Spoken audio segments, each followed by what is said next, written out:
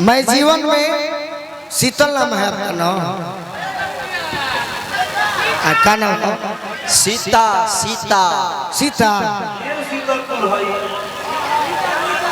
अच्छा जो नाम होके सुनो, जीवन में सब कोई फिल्म के हीरो ना बने, फिल्म के हीरो 5 आदमी बनो।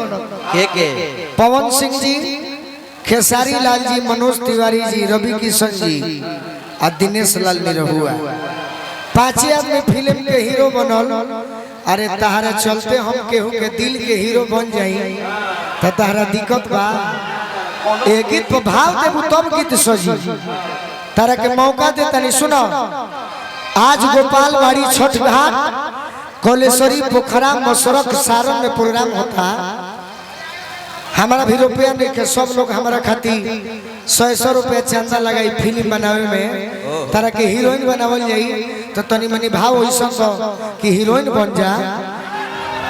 अरे रात भर अतिथि हने आओ तो ये फेल कर जाए, ये फेल कर जाए ते पास कर जाए। तोरा के हम जानत नहीं कि रात भर गाना आपका रहेगा। देखता हूँ कि कौन हीरोइन लायक है।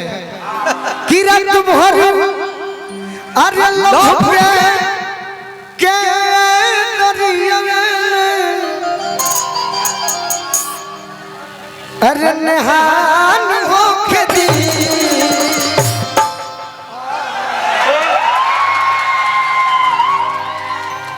फिल्म फ्लॉप तोरा बहुत इच्छा बा, तोरा बहुत इच्छा बा। तू का करे आई बाड़ू? तू ऐसे से कर। अरे कि आज राजा जी के गोरवे में जवान होके दी।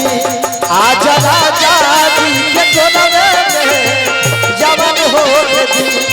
आज राजा जी के गोरवे में जवान होके दी। आज राजा जी के गोरवे में जवान होके दी।